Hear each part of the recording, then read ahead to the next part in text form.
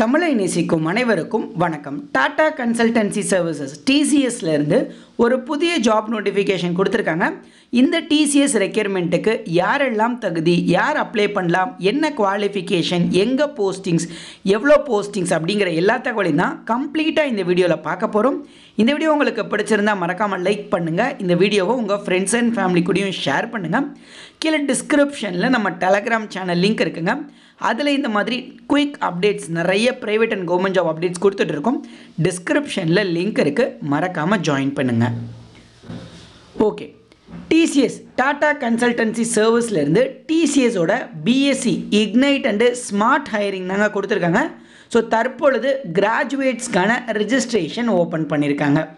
So இதை பொறுத்தளவுக்கு last date வந்து 15th October 2024 வரைக்கும் கொடுத்துருக்காங்க. இன்னும் ஒரு 11 நாள் உங்களுக்கான டைம் இருக்குது.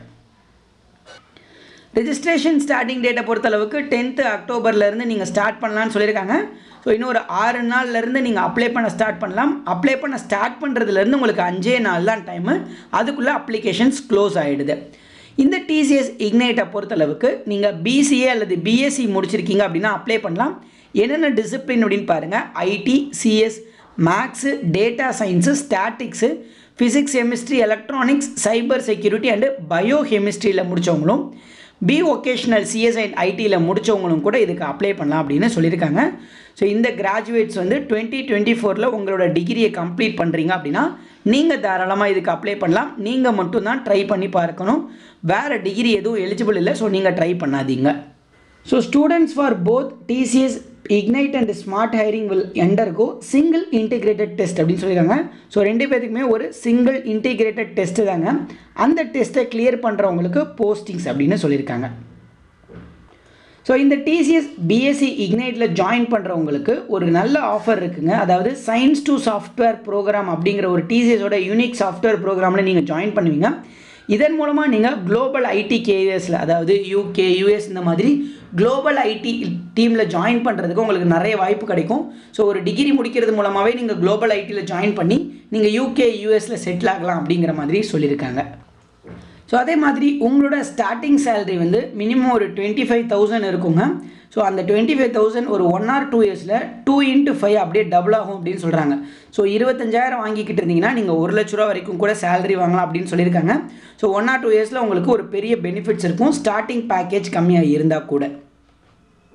ஸோ அதே மாதிரி இதுக்கு மினிமம் பர்சன்டேஜ் 50% உங்கள் டிகிரியில் நீங்கள் எடுத்துருக்கணும். எந்த ஒரு பேக்லாக்ஸும் இருக்கக்கூடாது, அரியர்ஸ் இருக்கக்கூடாது அப்படின்னு சொல்லியிருக்காங்க. செலெக்ஷனுக்கு முன்னாடி அரியர்ஸ் இருந்துச்சுன்னா பிரச்சனை கிடையாது. கெரியர் கேப்பை பொறுத்தளவுக்கு 24 மந்த்துக்கு மேலே கெரியர் கேப்பும் உங்களுக்கு இருக்கக்கூடாது அப்படின்னு சொல்லியிருக்காங்க.